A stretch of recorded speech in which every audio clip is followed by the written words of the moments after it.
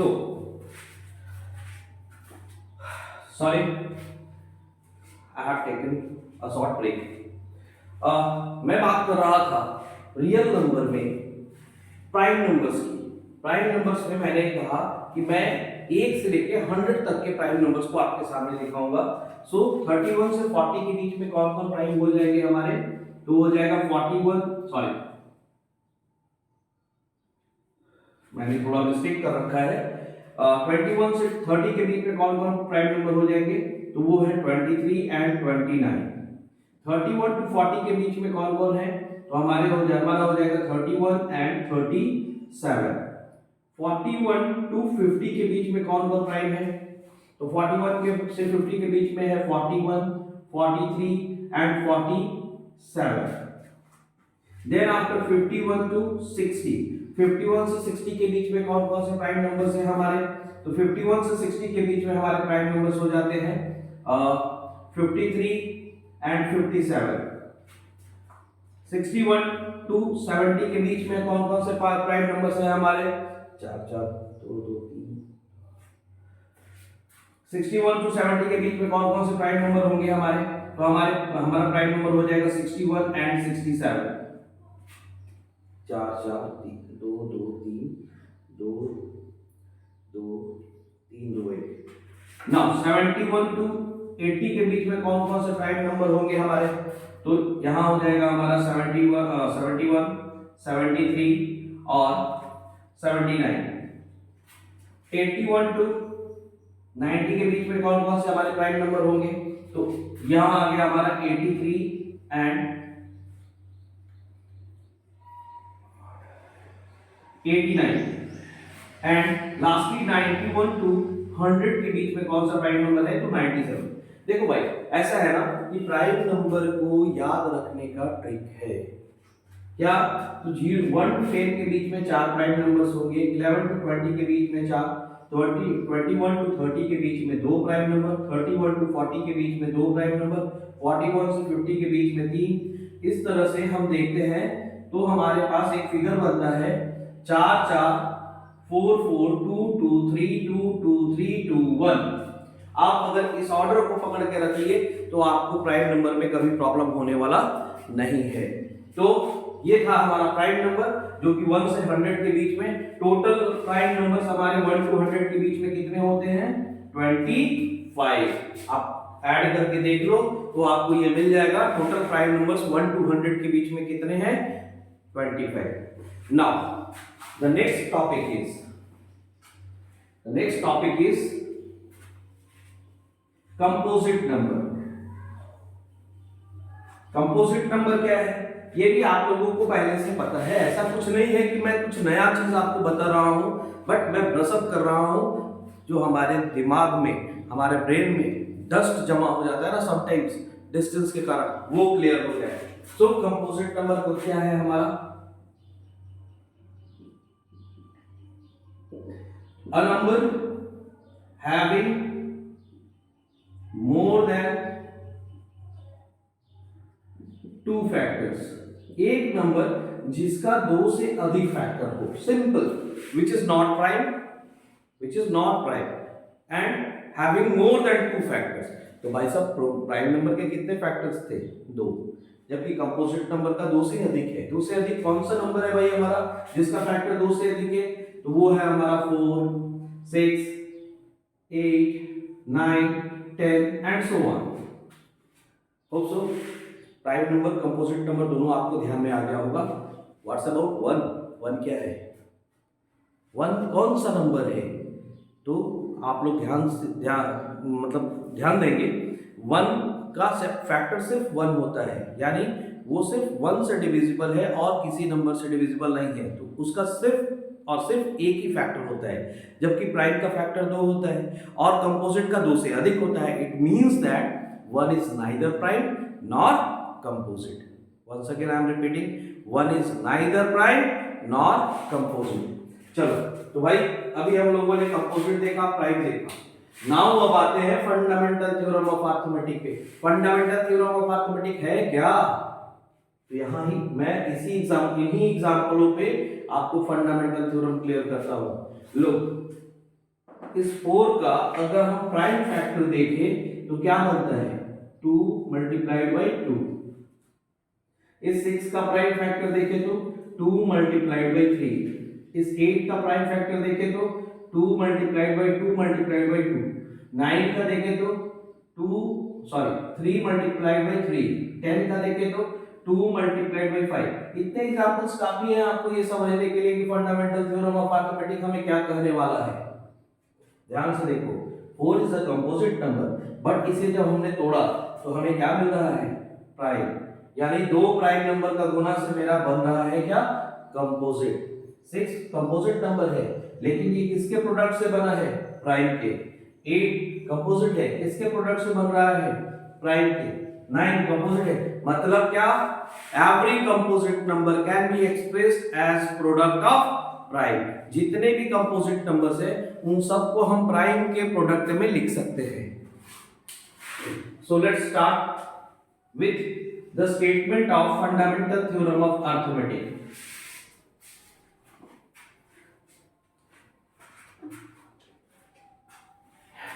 According to fundamental theorem of arithmetic, every composite number can be expressed as product of prime. Every composite number can be expressed as product of prime, जो अभी अभी मैंने example में दिखाया। And this factorisation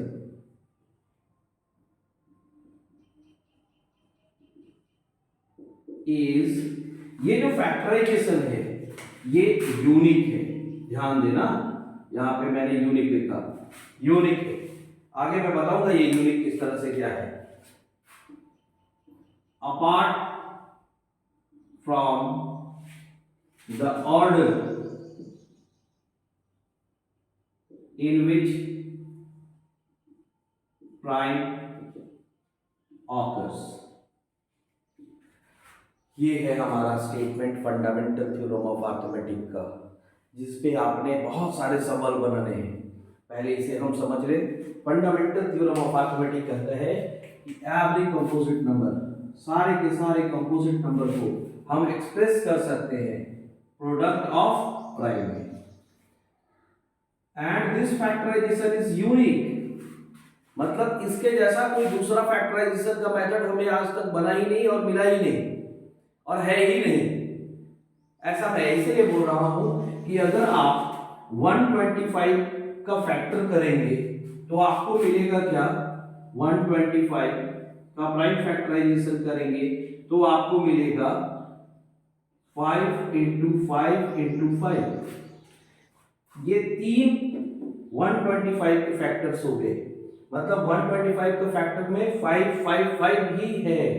ऐसा कोई method नहीं है जिससे हम कह सके कि 125 के फैक्टर में 2 भी आएगा या कोई और नंबर आ जाए, कोई और नंबर आ जाए इसके फैक्टर में।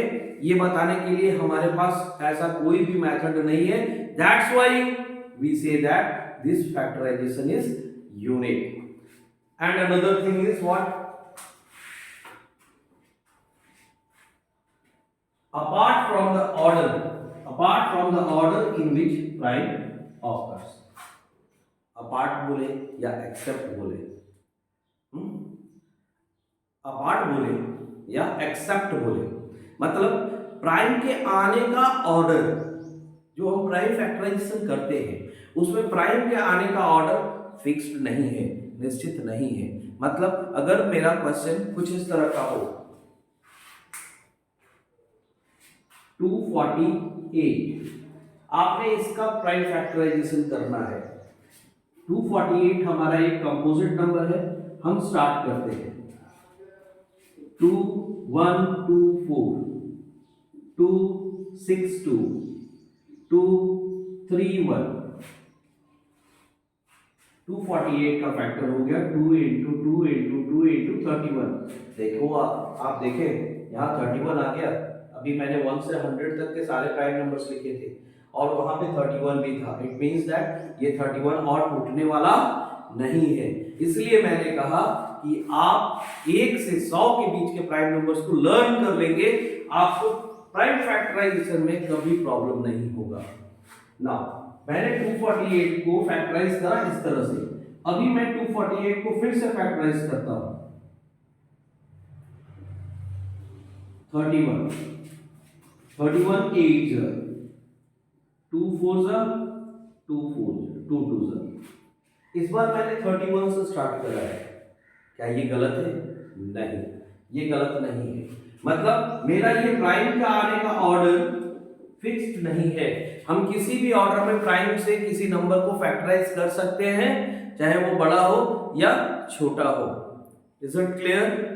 होप सो आप सबों को फंडामेंटल थ्योरम ऑफ अरिथमेटिक समझ में आ गया होगा, और इसके हर पॉइंट्स को, जैसे कि यूनिट, प्राइम का आने का पैटर्न, ऑर्डर, कंपोजिट को प्रोडक्ट ऑफ प्राइम में हम दिखाते हैं, ये सारी चीजें आपको क्लियर हो गई होंगी। अभी हम लोग इसके एप्लीकेशंस को देखेंगे, इसके यूजेस को देखेंगे, मतलब ये हमारे क्वेश्चन में किस तरह से खड़ा होगा ये देखेंगे।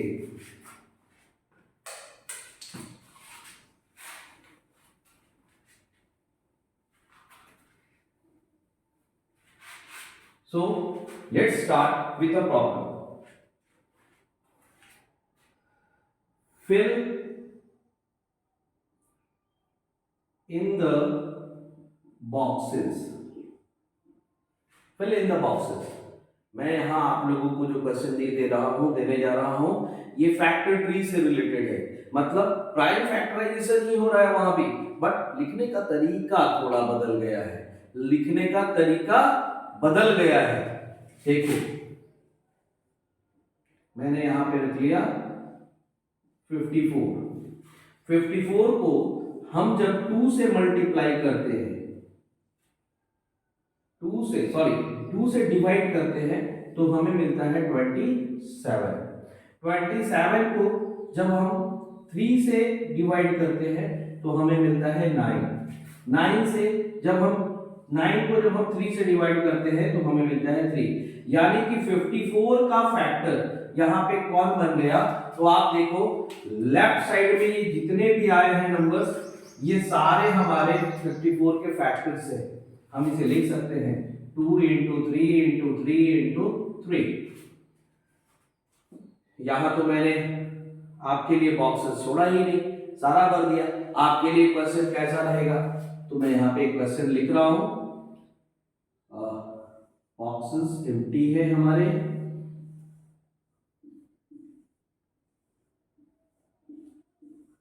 लो, आपको इस तरह से क्वेश्चन दिया रहेगा, जिसमें यहां पे नंबर्स दे दिए रहेंगे।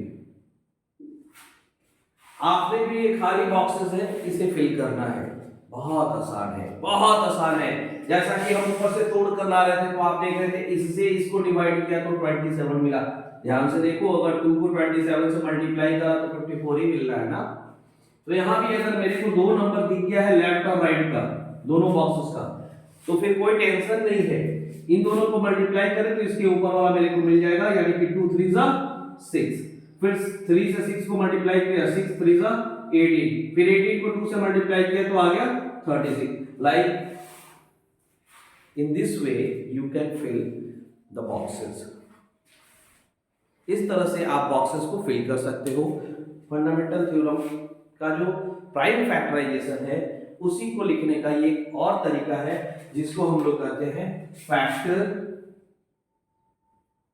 ट्री। होप सो आप लोगों को समझ में आ गया होगा। मैं दूसरे टाइप के क्वेश्चन पे जा रहा हूं। मतलब मेरी कोशिश होगी कि मेरे हर वीडियो में कम से कम एक पूरा टॉपिक आपको क्लियर मिले, और फिर नेक्स्ट डे मैं नेक्स्ट टॉपिक की बात करूंगा।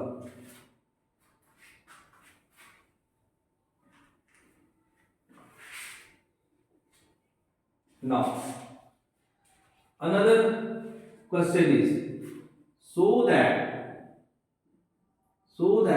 6 to the power n can end with digit 0 for any n यहां ये n हमारा क्या है, नेचुरल नंबर।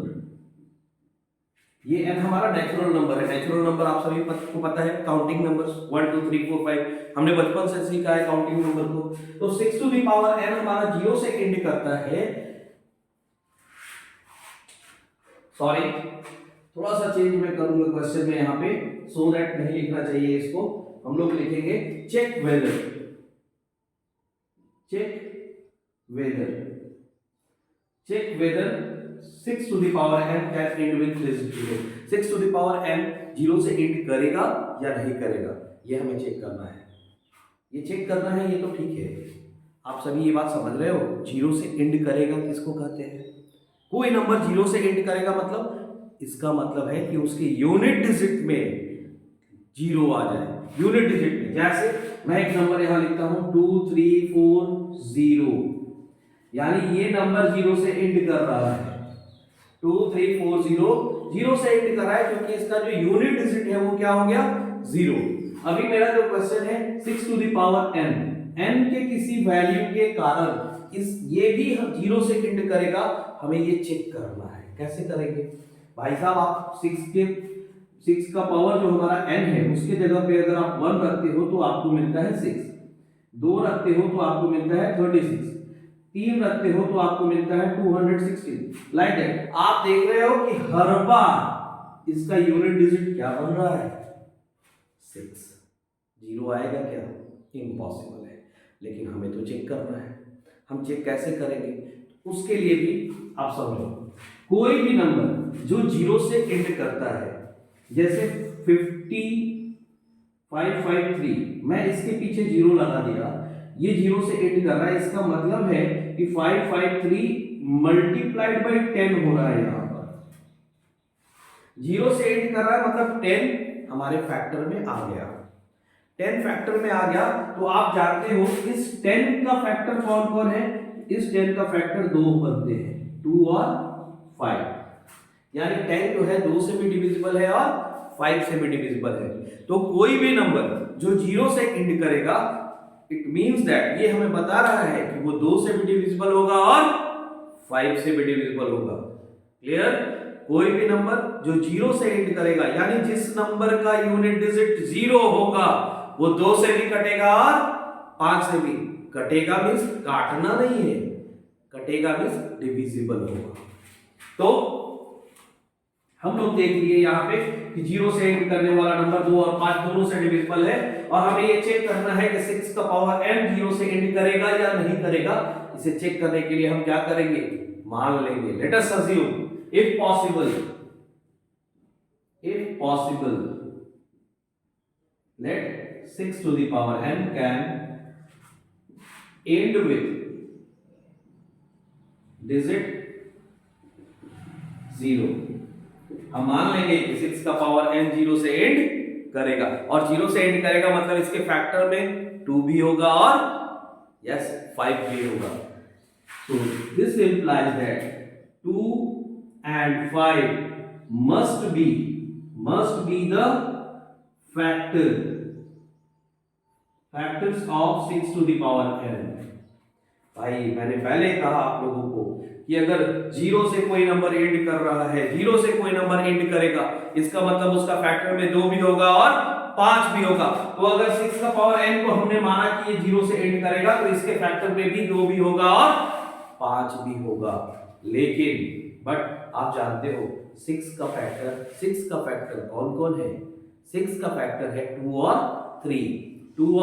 तो 6 टू द पावर n का फैक्टर कौन सा होगा भाई? तो 2 और 3 ही तो रहना है यहाँ पे। But factor of 6 to the power n is equal to 2 to the power n into 3 to the power n। Look, यहां इसके फैक्टर में 2 तो है लेकिन ये 5 नहीं है। और आपको मैंने फंडामेंटल थ्योरम ऑफ अरिथमेटिक में बताया कि the process is the factorization is unique, वो इकलौता मेथड है, यानी कोई और दूसरा मेथड ऐसा है ही नहीं जिसके कारण हम कह सके कि इसके फैक्टर में 5 भी आएगा, 5 भी 6 टू द पावर n के फैक्टर में होगा, ऐसा कोई मेथड नहीं है। सो हम यहां कह सकते हैं from uniqueness of fundamental theorem of arithmetic 6 to the power n cannot end with digit 0 because 5 is not the factor of 6 to the power n। ये क्वेश्चन आप लोगों को क्लियर हुआ? मैंने क्या किया इस क्वेश्चन में? फर्स्ट ऑफ ऑल मैंने एज्यूम कर लिया कि 6 का पावर n 0 से एंड करेगा। 0 से एंड करेगा मींस व्हाट? इसके फैक्टर में 2 और 5 होंगे, मस्ट होंगे। बट हम जानते हैं 6 टू द पावर n का फैक्टर क्या होता है? 2 to the power n into 3 to the power n। From uniqueness, तब हमारा आता है uniqueness of fundamental theorem of arithmetic. ये कहता है क्या? इसकी यूनिकनेस होने की बात करती है क्या कि इसके फैक्टर में 5 आ ही नहीं सकता है, 5 इसके फैक्टर में आ ही नहीं सकता है। सो 6 का पावर n 0 से एंड नहीं करेगा। होप सो आपको ये क्वेश्चन समझ में आ गया होगा। अब आप इसके जैसे बहुत सारे क्वेश्चंस हैं, आप बना सकते हो उसको एनसीईआरटी में, आरएस अग्रवाल में, आरडी शर्मा में, और whatever book you are following, you will open your book and see your exercises 6 to the power n। इसी के जैसा क्वेश्चन में मैं बता दूं 4 to the power n, 2 to the power n, 12 to the power n, 5 to the power n। ऐसे बहुत सारे क्वेश्चन आपको मिलेंगे जिसे आपको चेक करना है कि वो 0 से एंड कर रहा है, करेगा या नहीं करेगा। आप आराम से कर सकते हो। मैंने आपको ये application fundamental theorem of arithmetic का बताया। अब मैं इसके बाद दूसरा और एक एप्लीकेशन आपके सामने रख रहा हूं फंडामेंटल थ्योरम ऑफ अरिथमेटिक का। ध्यान से, कोई जाएगा नहीं भाई, ध्यान से देखेंगे। ये लास्ट है हमारा आज का जो टॉपिक है मेरा, उसका लास्ट क्वेश्चन मैं डिस्कस करने वाला हूं। ध्यान से आप देखेंगे, बहुत मजा आएगा आपको, बहुत मजा आएगा। मैथमेटिक्स में अगर फंडामेंटल कंसेप्ट क्लियर हो तो आप हर क्वेश्चन मस्ती के साथ बनाते हो, और अगर कंसेप्ट क्लियर नहीं हुआ तो आप 2 क्वेश्चन के बाद बुक को बंद करके उठ जाते हो। मेरे साथ चलो, आप बैठोगे भी, बनाओगे भी, इसकी मैं गारंटी लेता हूं। अगर आपसे क्वेश्चन ना बने ना, तो इस वीडियो के नीचे आप मैसेज करो मेरे को। आप मेरे इस वीडियो के नीचे मैसेज करो कि sir I am not able to solve such questions. मैं मेरे नेक्स्ट वीडियो में आपके डाउट्स को ही पहले उठाऊंगा और उसके बाद फिर मैं आगे का वीडियो बनाऊंगा। Okay fine. Now my next question is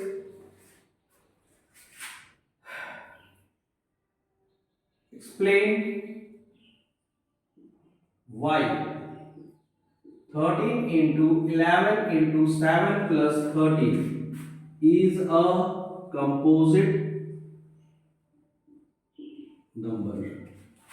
आपने बताना है कि ये जो नंबर मैंने लिखा है 13 multiplied by 11 multiplied by 7 plus 13 is a composite number। ये कंपोजिट है भाई साहब। आपको पता है कंपोजिट नंबर को प्रोडक्ट ऑफ प्राइम में हम लिखते हैं। कंपोजिट को हम लोग प्रोडक्ट ऑफ प्राइम में लिखते हैं, और यहाँ पे सारे नंबर प्राइम ही हैं। आप ध्यान से देखो, बट प्रोडक्ट में नहीं है। यहाँ बीच में एडिशन का साइन भी लगा हुआ है, यानी कि ये अभी हम नहीं कह सकते हैं कि ये कंपोजिट है या नहीं है। तो इसे कंपोजिट बताने के लिए हमें क्या करना है, आप देखो। Solution 13 into 11 into 7 plus 13। अपने पास ये नंबर्स है, एंड यू नो दैट जितने भी टर्म्स डिस्ट्रीब्यूटेड होते हैं, सेपरेटेड होते हैं with the sign of plus and minus, it means that कि इस क्वेश्चन में यहां मेरे को 2 टर्म्स हैं, एक ये और दूसरा 13। इन दोनों टर्म्स में आप ध्यान से देखो तो 13 कॉमन है। आप दोनों टर्म्स से 13 को बाहर निकाल दो, कॉमन कर दो। आप 13 को कॉमन करोगे तो फर्स्ट टर्म इससे हमारे पास बचेगा 11 into 7, और इस 13 को आपने कॉमन करा तो आपको मिलेगा 1। नाउ आफ्टर दिस क्या करना है, मल्टीप्लाई किया 77 plus 1, then after 13 78, 77 plus 1 is 13। Now यहां इसे मल्टीप्लाई नहीं करना, गलती से भी नहीं, बिकॉज हमें तो कंपोजिट शो करना है ना। तो हम क्या करेंगे, इस 78 को भी तोड़ेंगे, प्राइम फैक्टराइजेशन करेंगे, 239 का 313 का। नाउ अब इसे हम लिखते हैं 13 into 13 into 2 into 3। You will see here 13, 13, 2 and 3 all are primes, and you know that the product of prime is composite. It means that this number is composite। लेकिन ये बात बता कौन रहा है हमें, किसके कारण हम कहेंगे कि ये कंपोजिट है, तो वो है हमारा fundamental theorem of arithmetic, from fundamental theorem of arithmetic we can say that 13 into 13 into 2 into 3 is a composite number। और ये अगर कंपोजिट है भाई ये आया कहां से, ऊपर से ही ना, इसका मतलब हमारा ऊपर का जो नंबर दिया हुआ है वो भी क्या है, composite. 13 into 11 into 7 plus 13 is a composite number। So fundamental theorem of arithmetic और इससे आने वाले क्वेश्चंस आपके सामने मैंने आज रखा है। होप सो आपको आज का यह वीडियो पसंद आया हो। थोड़ी से टेक्निकल इश्यूज के कारण वीडियो मेरा 2 पार्ट में आज हो गया है, बट कोई नहीं, नेक्स्ट वीडियोस मेरे सिंगल होंगे और एक स्लॉट में मैं एक टॉपिक निकालूंगा, एक टॉपिक, उसके सारे कॉन्सेप्ट्स, छोटे से छोटे कॉन्सेप्ट्स मैं आपके सामने रखूंगा।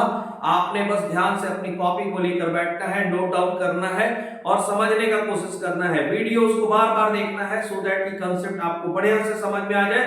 फिर भी डाउट रहेगा तो I am present here, I am present here, आपके लिए मैं यहां खड़ा हूं। मैं अनिल सिंह, आज के लिए थैंक यू वेरी मच। मिलते हैं नेक्स्ट वीडियो में।